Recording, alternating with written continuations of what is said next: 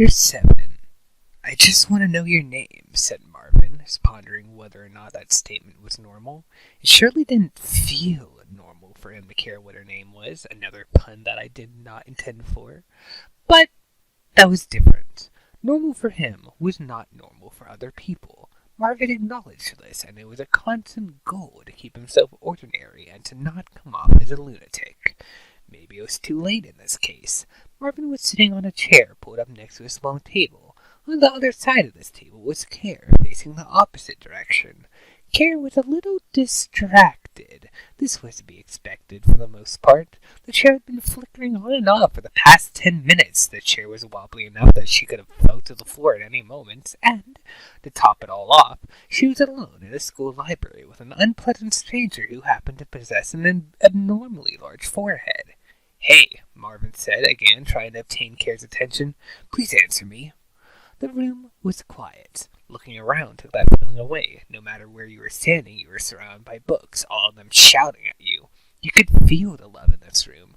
They weren't angry shouts, they were actually very peaceful ones. The library was eager and happy. It hadn't seen a child in years, and now it was back in business. Marvin could feel the shouts. They were coming from inside of him as well. Care continued to sit in her pitiful position. Her confusion served to completely prevent her from getting up, from even attempting to escape again. Yes, again. Earlier that day, she had been sitting in a classroom tied to a chair, waiting to wake up, but this didn't feel like a tunnel to her. It still didn't. Maybe this was a different kind of tunnel. She was later taken out of the room by this same man, pulled through a hallway, carried through a couple of other rooms, and placed on the chair she was now sitting on. The motivation for resisting was non-existent, gone, nowhere. It took way too much energy, was completely and utterly useless, and only made things more difficult in the long run. Not that Care actually thought this through, she didn't at all. She was just confused and distracted. Marvin needed a new strategy. Simply asking this girl to talk to him wasn't going to make it happen. He stood up, pushing his chair in, and started to walk towards Care's chair, faking a smile similar to the one he had on before. It could have fooled me, honestly. Girl, he began, laying his hand on her shoulder. Talk to me. Care's response was almost falling off the chair in surprise. She landed on her feet, but the chair tipped over and a leg broke off. It was probably going to happen anyway. She stood defensively, staring at Marvin, keeping at a safe distance. Now, I'm not going to hurt you, he said after first thinking about his reply. He felt like he was doing a good job being normal so far. Care didn't move. I just want you to tell me your name, sweetie, Marvin said. He felt like taking the sweetie part back, thinking it was a bit too much. Please, just your name.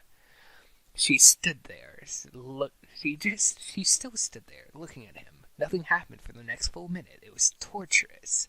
The clock began ticking. Care looked at it, surprised that it hadn't been working for the last 10 minutes, and now it just suddenly started ticking loudly. The library clock tended to do that, as Marvin knew very well by now. He didn't bother saying anything about it, though, as Care quickly looked back at him and forgot about it. Care, she said softly. The room was silent, and even the books quit shouting. Marvin felt like jumping for joy, but he remembered that he was trying to be normal. But this was getting more and more difficult for him. He didn't have a whole lot of experience with normal people after all. Maybe he was exposed to them during his childhood, but as of lately, he hadn't spoken to many people at all. This was bad, though. A lot of happiness was being built up here, so much that Marvin couldn't quite bear it. It distracted him so much that he forgot exactly what she said. Kara? He asked. It was quiet. Kara stared at him. Care, she repeated. Marvin was so excited by this that he forgot to listen for the second time.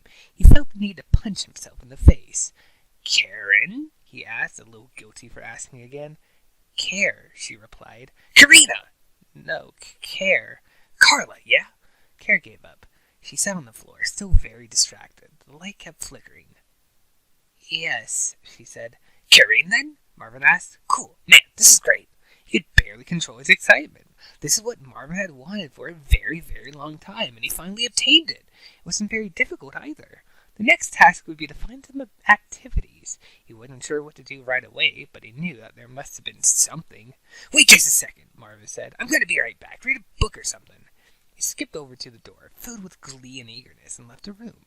The clock continued to tick, and the light continued to flicker on and off. Kara was left sitting on the floor, still bewildered by this whole situation.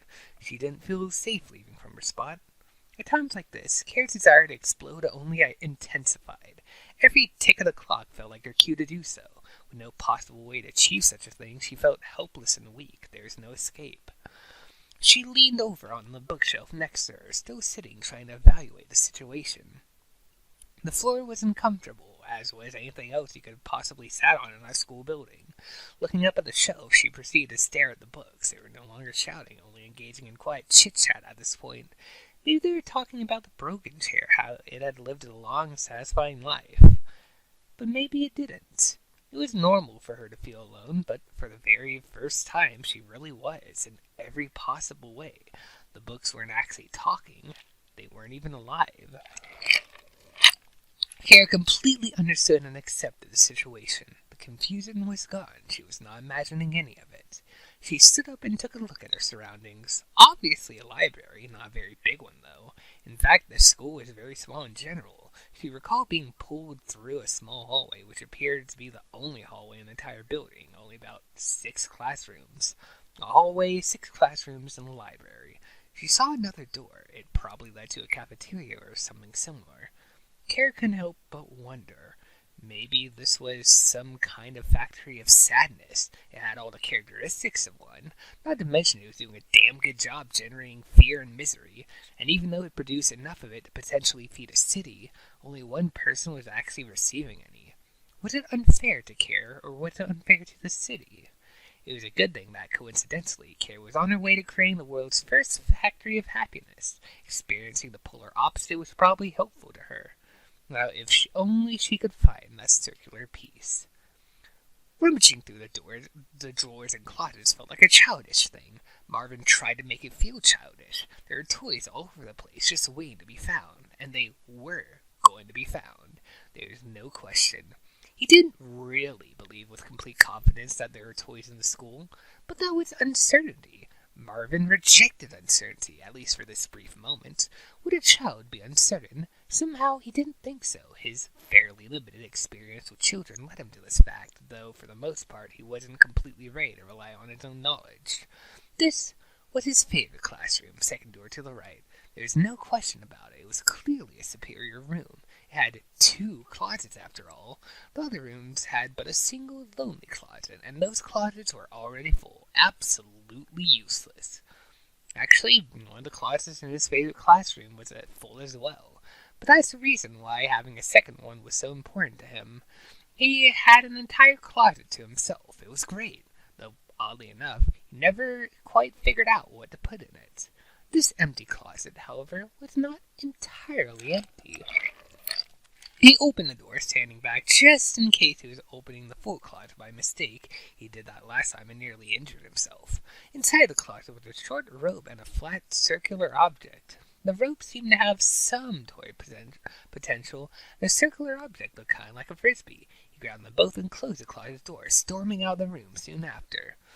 When he made it back to the library door, he stopped. Not because he was nervous, and definitely not because he was dreading anything. Quite the opposite. He was in a fantastic mood and couldn't wait to have some fun. But he wanted to make a good impression, and his first idea was to work on his entrance. Well, there's a rope and a frisbee here. The rope could possibly have been tied around the frisbee, combining both experiences into an entirely new and original one. Yes, Marvin liked the idea, but what would he do then? Indeed, that felt like a dead end. The rope didn't necessarily need to be used just yet. It was a rope after all. The frisbee, however, was useful. All he really needed to do was throw it. Nice. Marvin was happy with himself. He was determined to spread that happiness. At least one other person would be in a good mood by the end of the day. Immediately, Marvin pulled open the door and screamed at the top of his lungs, "Catch!" He then proceeded to throw the frisbee, not actually paying attention to where it would end up going, but feeling pretty good about himself while doing so regardless. His smile almost completely wrapped around his head, while the rest of his face simply looked away and hoped that it would not be held responsible. It was heavy, certainly unlike your typical frisbee. One of the reasons why Marvin was so proud was his ability to throw such a heavy thing a considerably far distance. Kara screamed that she was directly in front of it by some strange coincidence. It took just a little bit too long for her to respond, and the quite rock-hard object unfortunately made direct contact with her face at incredible speeds. She flew back about a foot, and the frisbee fell to the floor. Marvin stood there in awe, at first admiring the strength of his throwing arm, but then quickly began to panic as Kara started to cry. You fucked up. Fucked up, man. Oh my god.